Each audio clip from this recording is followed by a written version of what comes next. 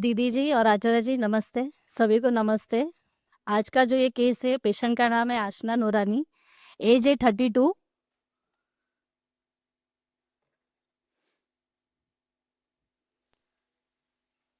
इन्हें और कोई भी प्रॉब्लम नहीं था, न डायबिटीज, न हार्ट प्रॉब्लम, न बीपी, न थायराइड, कुछ भी नहीं था। इनकी केस हिस्ट्री है, इन्हें 10 साल से सीवियर बैक पेन था और दिन ब दिन वो पेन बढ़ता ही जा रहा था। उन्होंने एलोपैथिकली, होम्योपैथिक, आयुर्वेदिक, फिजियोथेरेपी, हर कुछ उन्होंने ट्राई कर लिया था, लेकिन फिर भी उनको कोई भी रिजल्ट उसमें नहीं मिल रहे थे।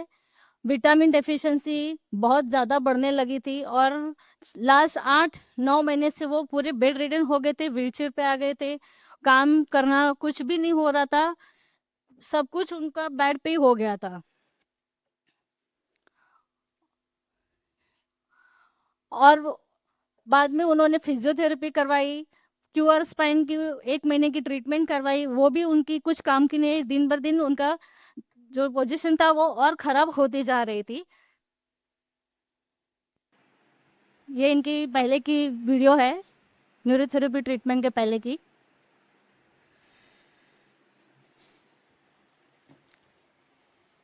ना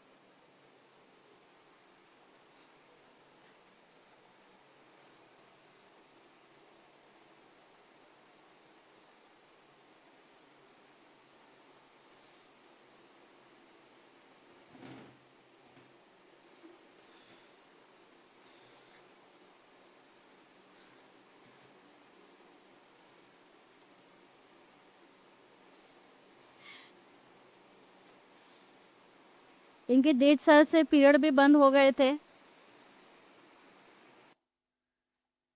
ये इनके पहले का रिपोर्ट है, एक्सरे रिपोर्ट, क्योंकि उनको एमआरआई और वो करने नहीं हो रहा था, डर लग रहा था, तो उन्होंने एक्सरे निकलवाया था। ये भी पहले का ही रिपोर्ट है, जिसमें दिखा रहा है कि loss of lordosis, lumbar lordosis noted था, मस्कुलर स्पाज्म था, ऑस्टियोफाइटिस था, L3 L4 L5 पूरा डिजनरेट हो गए थे। What is a scoliosis? Scoliosis होता क्या है?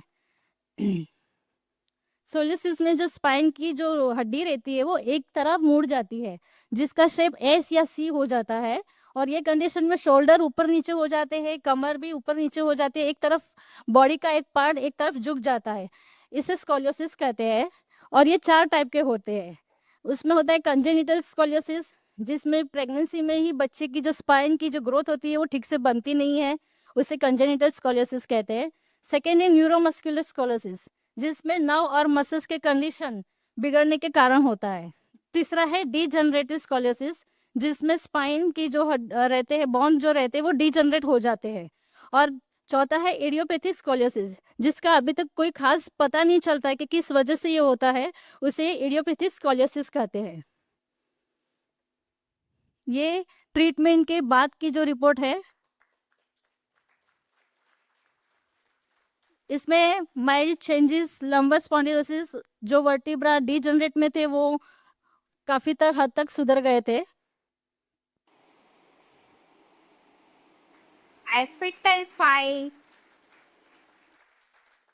बिफोर ट्रीटमेंट बैक पेन था, डाइजेशन इश्यू था, स्पाइन जो कर्व थी, और मंथली साइकिल 1.5 साल से बंद था। और अपना न्यूरोथेरेपी ट्रीटमेंट के बाद pain relief, good digestion, normal spine और प्रॉपर मंथली साइकिल भी शुरू हो गई। ये ट्रीटमेंट है।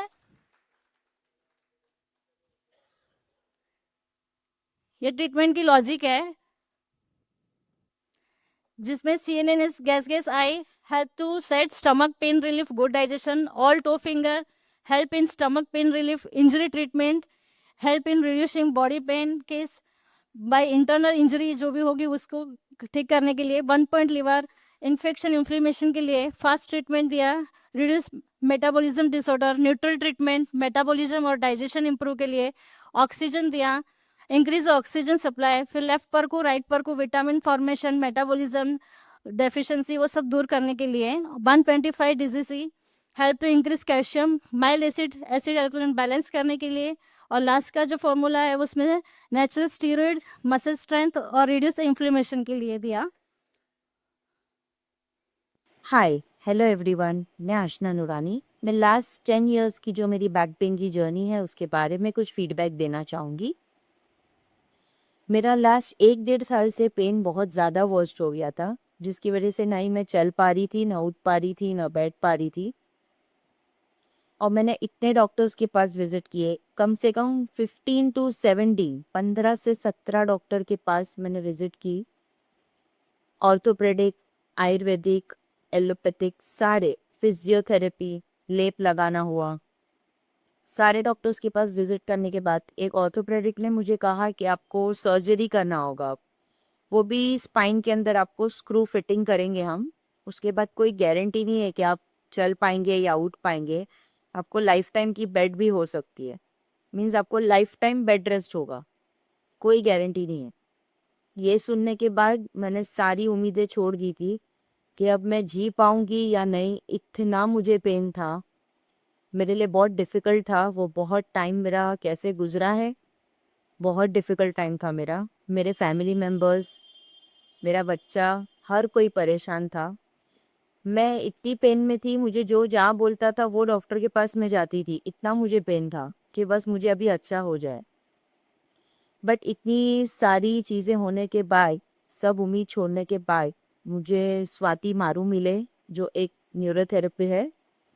इतने अच्छे न्यूरोथेरेपिस्ट है कि मुझे उन्होंने इतना अच्छे से गाइड किया। किसी की दुआ से मुझे वो मिले हैं, by the grace of God. मैं दिल से उनको थैंक्स बोलना चाहूँगी, उन्होंने मुझे अच्छा किया। और जो भी सपोर्ट है उन्होंने मुझे बहुत अच्छे से सपोर्ट किया, कैसे क्या खाना है, कैसे सब हर चीज़ में उन्होंने मुझे गाइड किया। मेरा विटामिन D3, B12 सब कुछ लो हो गया था, बहुत पेन में मैं परेशान थी। और आज मैं उनके ट्रीटमेंट से हर चीज़ कर पा रही हूँ, झुकना, उठना, बैठना, होम ट्यूशन्स देती हूँ, हाउसवाइफ हूँ, अच्छे से मैं हर चीज़ अभी कर सक रही हूँ। सो मुझे बहुत दिल से उनको थैंक्स बोलना है। She is the best neurotherapist, Swati Maru. दिल से शुक्रिया। Thank you once again, thank you very much. Thank you.